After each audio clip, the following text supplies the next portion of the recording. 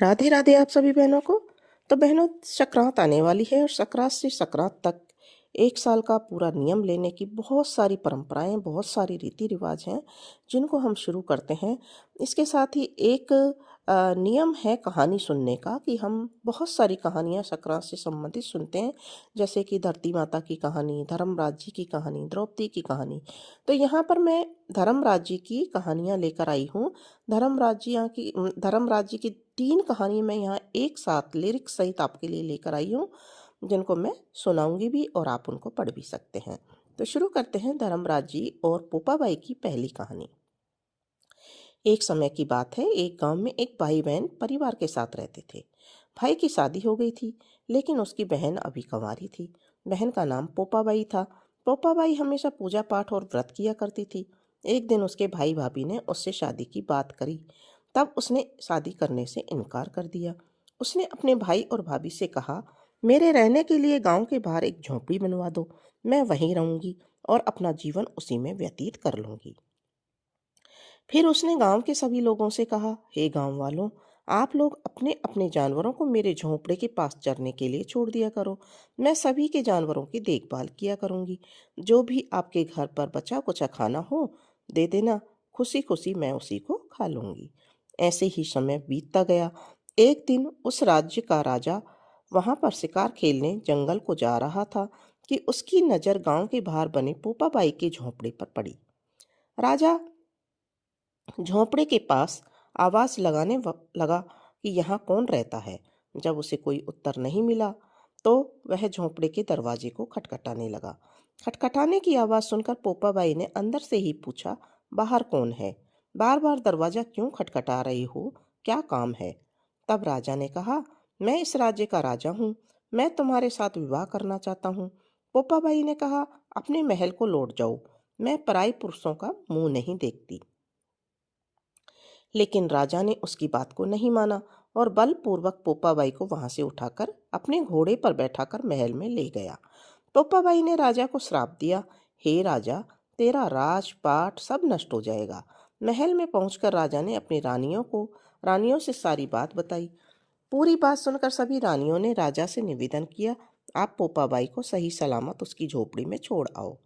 रानियों के कहे अनुसार राजा ने पोपाबाई को अपनी उसकी झोपड़ी में छोड़ने के लिए चल पड़ा।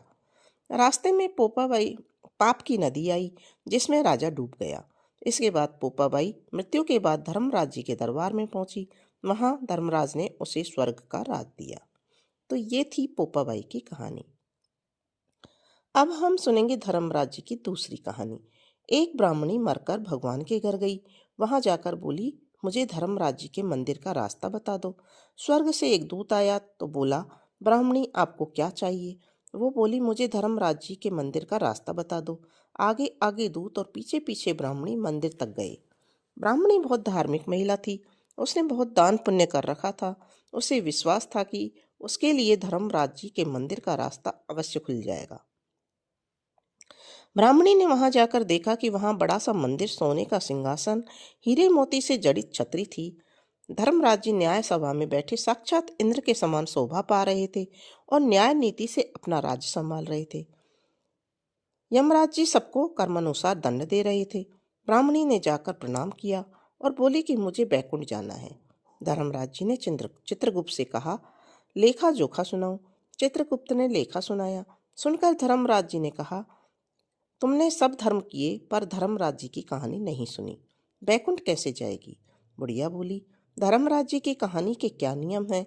धर्मराज जी बोले, कोई 1 साल, कोई 6 महीने, कोई 7 दिन ही सुने, पर धर्मराज जी की कहानी अवश्य सुने।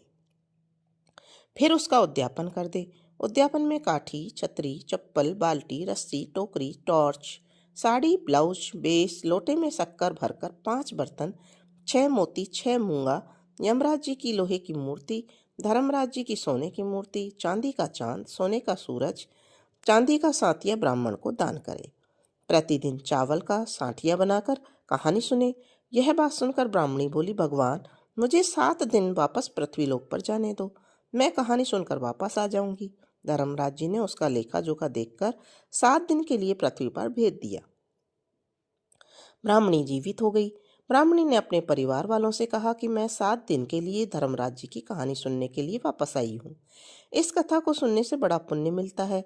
उसने चावल का सातिया बनाकर परिवार के साथ 7 दिन तक धर्मराज जी की कथा सुनी।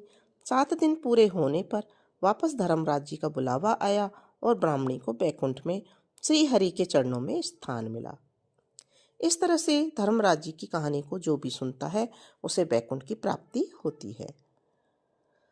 अब सुनते हैं धर्मराज जी की तीसरी कहानी। एक बुढ़िया माई थी, वह व्रत नियम बहुत रखती थी। एक दिन भगवान के घर से यमदूत लेने आए। बुढ़िया माई यमदूत के साथ चली गई। आगे गहरी नदी बह रही थी। बुढ़िया माई डूबने लगी। तब यमदूत ने पूछा, माई गाय दान की हुई है क्या? बुढ़िया माई ने मन में गाय माता का ध्यान दिया तो गाय माता उपस्थित हो गई। गाय की पूंछ पकड़कर बुढ़िया माई नदी पार कर लिया। आगे गई तो काले कुत्ते खाने को दौड़े। तब यमदूत ने कहा, कुत्ते को रोटी दी है क्या? तो बुढ़िया माई ने मन में कुत्ते का ध्यान दिया तो कुत्ते चले गए। आगे चली तो काले कौवे बुढ़िया माई को चोंच मारने लगे। तब यमदूत ने कहा, ब्राह्मण की बेटी को सिर में तेल लगाने को दिया या नहीं? तो बुढ़िया माई ने कहा, ब्राह्मण की बेटी को याद किया तो कौवे चोंच मारना छोड़ दिया। आगे गई तो पैरों में कांटे चुभने लगे। यमदूत ने कहा, चप्पल का दान किया है क्या? तो बुढ़िया माई ने याद किया तो चप्पल पैरों में आ गई। आगे चली तो चित्रगुप्त जी ने यमदूतों से पूछा, आप किसको ले आए हो? यमदूत ने कहा, बुढ़िया माई ने बहुत दान पुण्य किए हैं, लेकिन धर्मराज जी का कुछ भी नहीं किया, इसलिए आगे के द्वार बंद है। तब बुढ़िया माई ने विनती की कि मुझे 7 दिन के लिए धरती पर जाने दो। मैं इन 7 दिनों में धर्मराज जी की कहानी सुनकर उद्यापन करके वापस आ जाऊंगी। धर्मराज जी ने उसके प्राण लौटा दिए। धरती पर बुढ़िया माई के शरीर में जान वापस आ गई। सभी लोग बुढ़िया माई को जीवित देखकर भूतनी भूतनी चिल्लाकर भाग खड़े हुए। बुढ़िया माई अपने घर आई। बेटे बहू से कहा, मैं भूतनी नहीं हूँ, मैं तो धर्मराज जी के कहे अनुसार वापस आई हूँ। मैं प्रत्येक दिन धर्मराज जी की कहानी सुनकर उसका उद्यापन करके वापस परलोक चली जाऊंगी। यह सुनकर बेटे बहू ने पूजा की सामग्री ला दी, लेकिन कहानी के समय हुंकार नहीं भरा। तब बुढ़िया माई पड़ोसन के पास गई। पड़ोसन ने कहानी सुनी और हुंकारा भी भरा। बुढ़िया माई ने 7 दिनों के पश्चात उद्यापन करके दान किया। 7वें दिन धर्मराज जी ने बुढ़िया माई के लिए स्वर्ग से विमान भेजा। विमान देखकर सभी गांव वालों ने स्वर्ग जाने के लिए कहा। तब बुढ़िया माई ने कहा, मेरी कहानी तो केवल पड़ोसन ने सुनी है।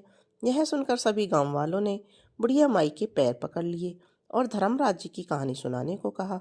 बुढ़िया माई से कहानी सुनने के बाद सभी गांववासी विमान में बैठकर स्वर्ग को पहुंच गए। सभी गांववासी को देखकर धर्मराज ने कहा, मैंने तो केवल बुढ़िया माई के लिए विमान भेजा था। बुढ़िया माई ने कहा, मेरी कहानी इन सब लोगों ने सुनी है, इसलिए मेरा आधा पुण्य इनको दो और स्वर्ग में वास भी दो। तब धर्मराज जी ने सब गांववासियों को स्वर्ग में वास दिया। इसलिए हे धर्मराज जी, जैसे बुढ़िया माई को स्वर्ग दिया वैसे सबको देना। यह कहानी सुनने वाले को, कहने वाले को और कहते कहते हुंकारा भरने वाले को भी। बोलो धर्मराज जी की जय।